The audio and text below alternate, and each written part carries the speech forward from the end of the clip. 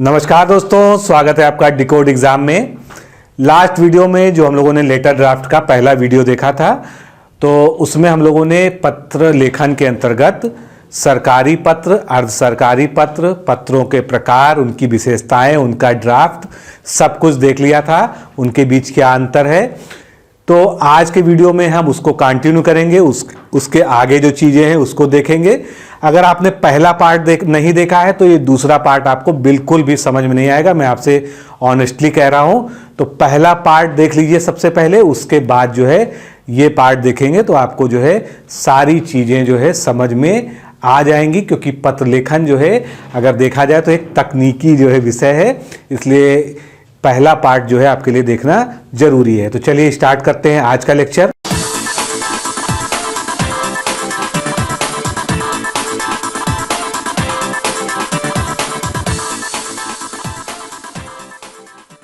तो आज हमको क्या पढ़ना है? परिपत्र या सर्कुलर। इसको सर्कुलर क्यों कहते हैं? क्योंकि इसको सर्कुलेट किया जाता है।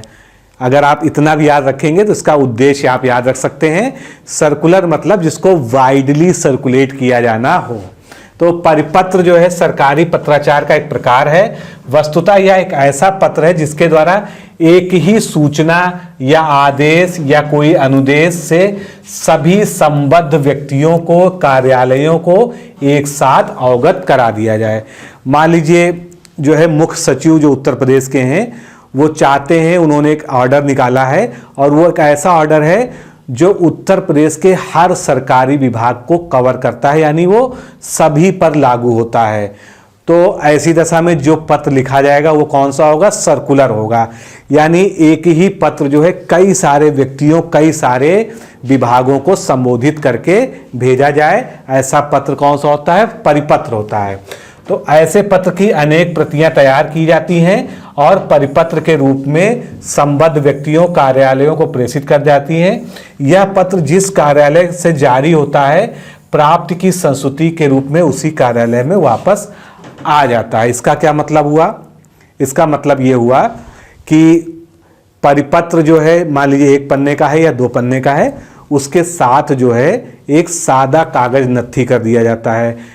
जिनको जिनको वो प्राप्त कराया जाता है पत्र सभी विभागों में, उनसे वहाँ प्राप्ति के, जिसको रिसीविंग कहते हैं हम लोग, उसके साइन करा लिए जाते हैं और जिस विभाग के द्वारा वो पत्र शुरू किया गया था उसी विभाग में वो वापस आ जाता है। इसीलिए इसको गस्ती चिट्ठी या परिक्रमित पत्र भी कहा जाता है।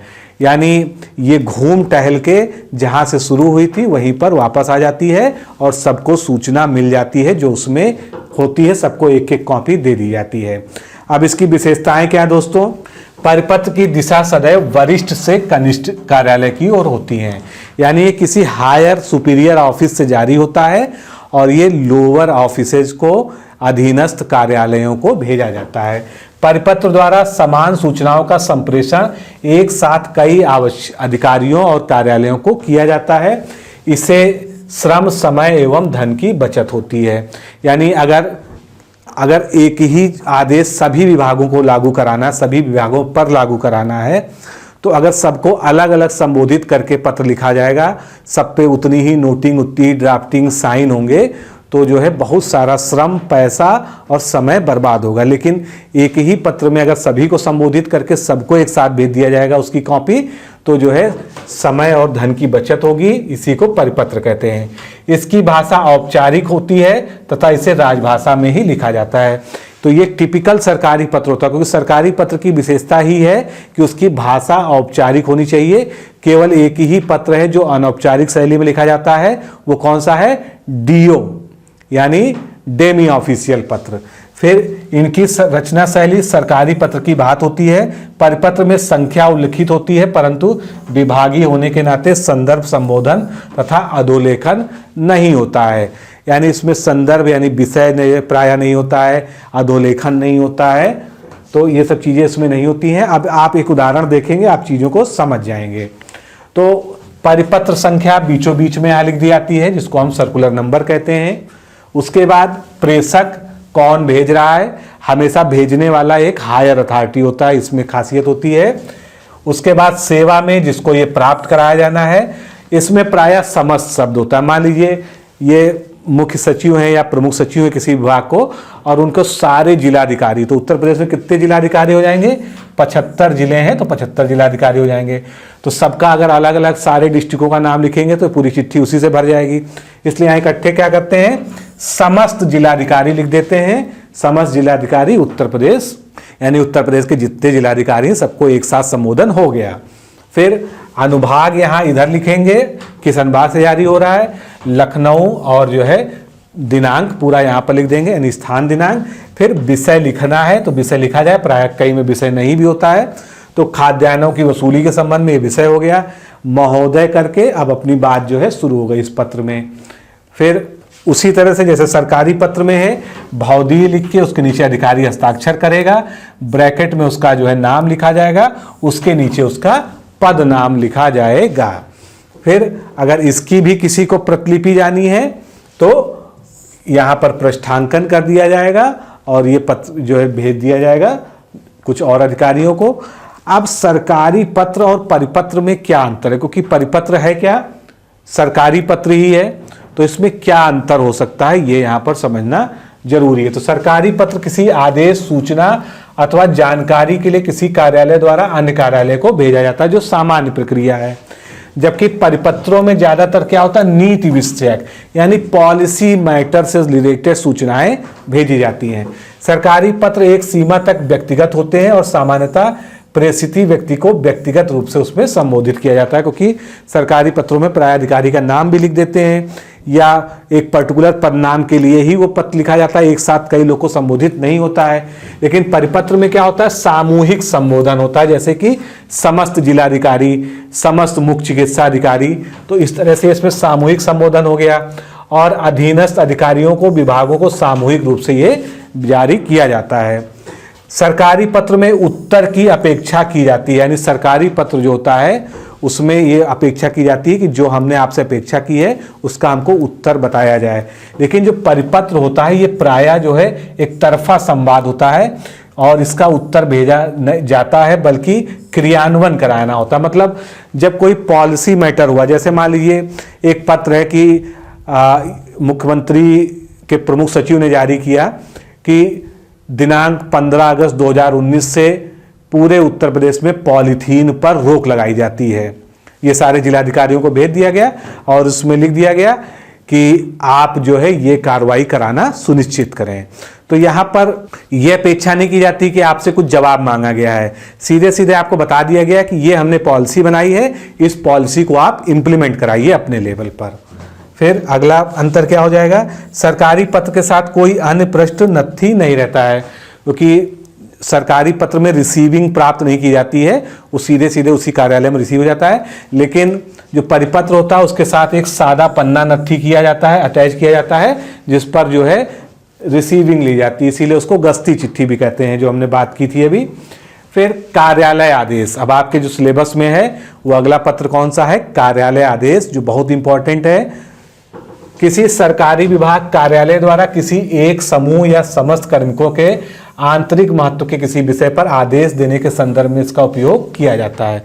तो सीधी सी बात यह है कि कोई एक कार्यालय है, कोई ऑफिस है, ये ऑफिस का इंटरनल पत्राचार होता है। मतलब जो उस ऑफिस का हायर ऑफिसर है वो एक अपने नीचे के एक कर्मचारी को या कई सारे कर्मचारियों को एक साथ कोई सूचना, कोई अन्य आदेश देता है, वो कार्यालय देश के माध्यम से यानी ऑफिस ऑर्डर के माध्यम से देता है। अब इसमें क्या हो सकता है, मान लीजिए पूरे कैडर का कोई प्रमोशन ऑर्डर जारी हुआ, वो भी जो है क्या कहलाएगा, ऑफिस ऑर्डर। ट्रांसफर ऑर्डर जारी हुआ, पेंशन स्वीकृत हुई, ग्रेचुइटी स्वीकृत हुई, या इस तरह का कोई भी जो है जो उसी ऑफिस से रिलेटेड व्यक्तियों से संबंधित है, तो उनके संबंध में जितने भी आदेश हैं वो कार्यालय आदेश की श्रेणी में आ जाते हैं। इसके अंतर्गत कार्यालय द्वारा बनाई गई सामान्य सूचना, यानी किसी सूचना से अवगत कराना है, नियुक्ति, पद वृद्धि यानी जो है प्रमोशन इत्यादि की सूचनाएं प्रदान की जाती हैं। कार्यालय आदेश का प्रभाव केवल कार्यालय तक ही सीमित होता है, ये इसकी जो है मुख्य विशेषता है। मतलब जिस कार्यालय ने उसको जारी किया है उसी कार्यालय में उसको लागू होना है, उसके अलावा बाहरी चीजों से उसको मतलब नहीं है। इसकी विशेषताएं क्या होती हैं, कार्यालय आदेश, क्योंकि इसमें आप एक चीज देख सकते हैं, आदेश शब्द जुड़ा है, तो इसकी जो शैली होती है वो कैसी होते हैं, आदेशात्मक होते हैं, यानी इसमें कोई ना कोई आर्डर इन्वॉल्व होता है और ये सदैव वरिष्ठ से कनिष्ठ की ओर लिखा जाता है। जिस तरह से परिपत्र था वरिष्ठ से कनिष्ठ की ओर, यानी हायर से लोअर ऑफिसर की ओर, उसी तरह से ये भी लिखा जाता है। ये राजभाषा अथवा वैकल्पिक राजभाषा जो कि टिपिकली हर जो है गवर्नमेंट लेटर में होता है और इसमें उत्तम पुरुष शैली का प्रयोग होता है। ये सब हम बता चुके हैं कौन कौन सी शैली, तो उत्तम पुरुष शैली का प्रयोग इसमें किया जाता है। इसका उल्लंघन करने वाले कार्मिकों पर अनुशासनात्मक या दंडात्मक कार्रवाई की जा सकती है, क्योंकि जब कोई भी ऑर्डर होगा, कोई भी आदेश होगा तो उसका पालन जरूरी है। जो पालन नहीं करेगा उसको उसके लिए जो है दंड दिया जा सकता है।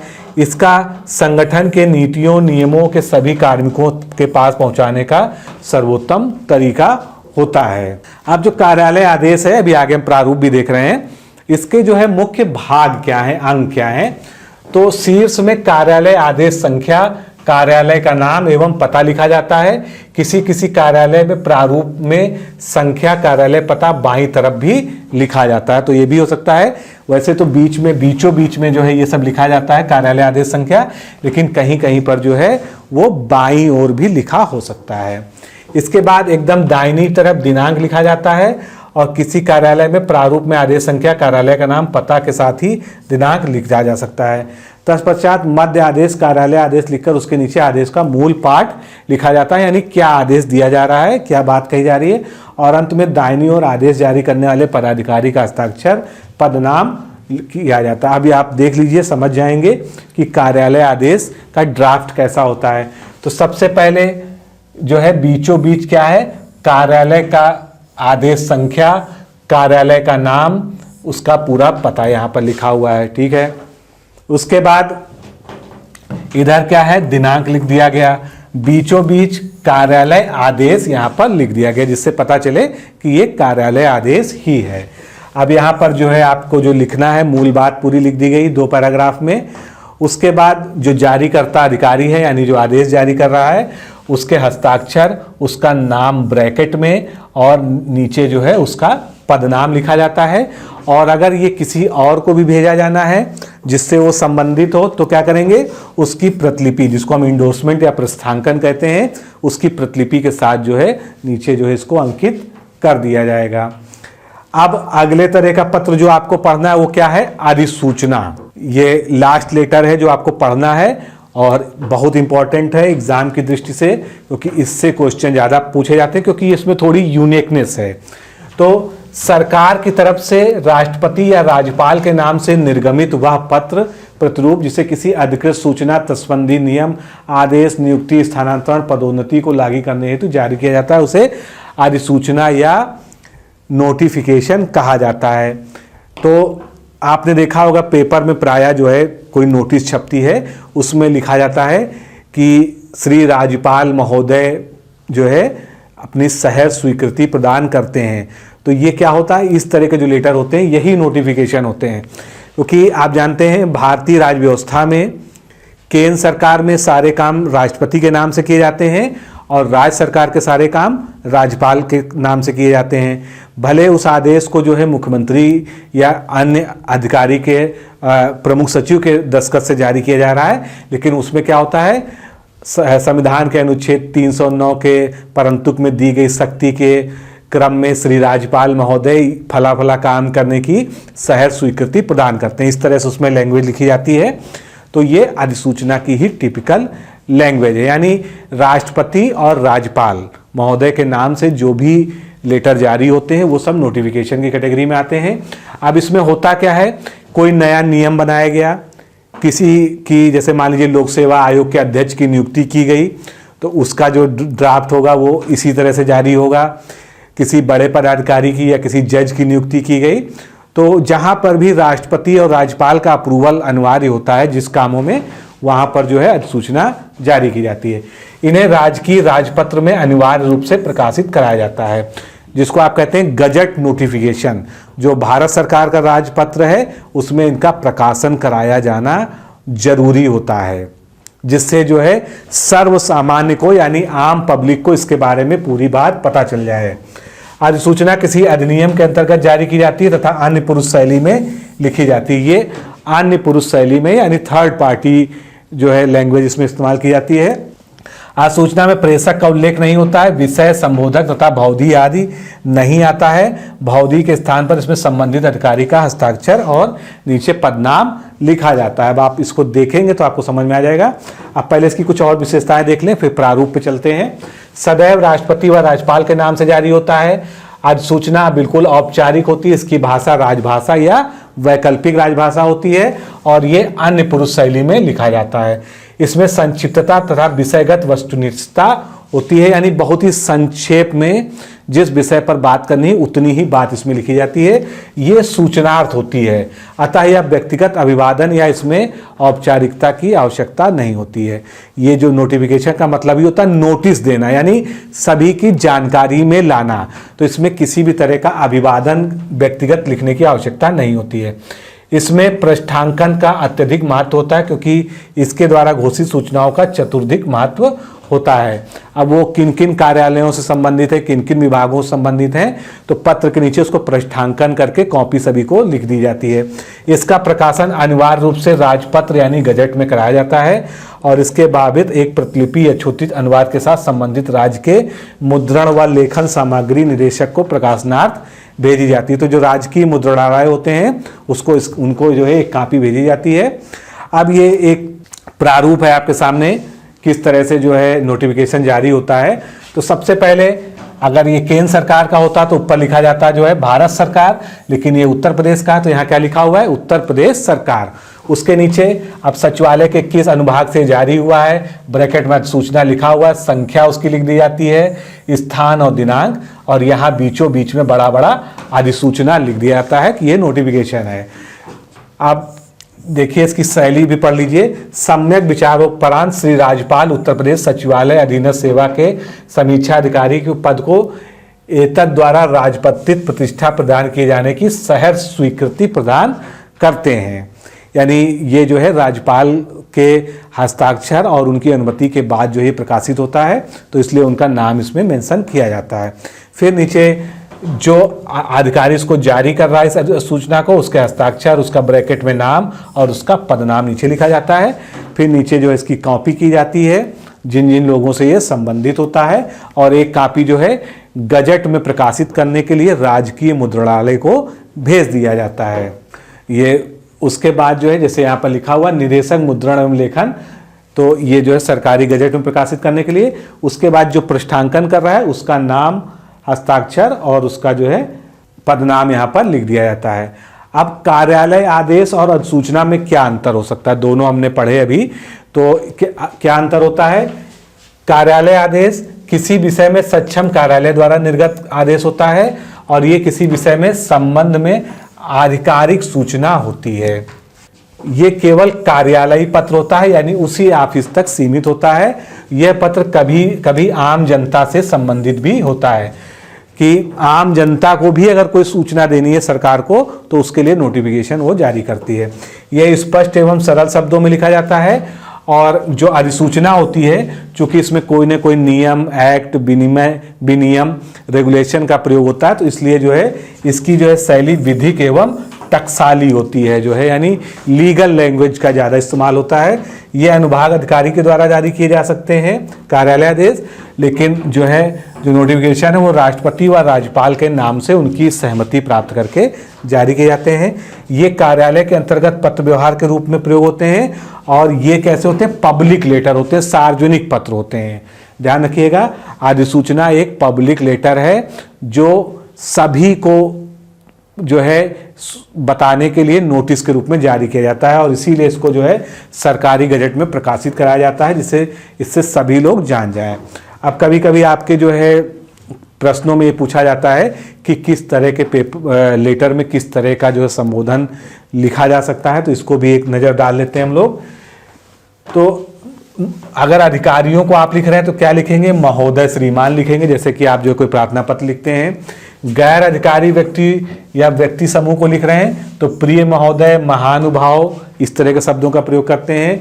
व्यावसायिक संस्थाओं को लिख रहे हैं तो महानुभाव, महोदय वृंद या मैसर्स जो है आप देखते हैं लिखा जाता है। महिला अधिकारियों को लिए संबोधन क्या होता है? महोदया। प्रिय श्री कहाँ पर लिखा जा सकता है? ये संबोधन जो है डेमी ऑफिशियल लेटर यानी अर्ध सरकारी पत्र में किया जाता है। श्रीयुत ये भी जो है अर्ध सरकारी पत्र में ही इसका किया जाता है, क्योंकि ये जो है थोड़े से व्यक्तिगत संबोधन हो जाते हैं। भावधीय ये अभिनिवेदन होता है, यानी स्वसंबोधन होता है सरकारी पत्रों में, यानी जो पत्र लिख रहा है, जो हस्ताक्षर कर रहा है, वो अपने बारे में लिखता है भावधीय करके जो है। फिर आपका विश्वसनीय ये भी अभिनिवेदन यानी स्वसंबोधन होता है, जो कभी कभी जो है सरकारी पत्रों में लिखा जाता है। आपका विश्वासभाजन ये भी स्वसंवेदन होता है, सरकारी पत्रों में जो है ये लिखा जाता है। तो दोस्तों इस तरह से जो है आज हम लोगों ने 2 इंपॉर्टेंट पत्रों को पढ़ लिया है, उसके सारी विशेषताएं, उनमें क्या अंतर है, क्या शैली होनी चाहिए, यहीं से क्वेश्चन एराइज होते हैं। और कौन से क्वेश्चन एराइज होते हैं ये हम अगले वीडियो में देखेंगे। लगभग जो है 50-60 क्वेश्चन सॉल्व करेंगे, जिसमें से कुछ 1 लाइनर होंगे, कुछ मल्टीपल चॉइस क्वेश्चन होंगे। तो अगला वीडियो जरूर देखें, बिल्कुल भी मिस ना करें। आज के लिए इतना ही। नमस्कार, धन्यवाद।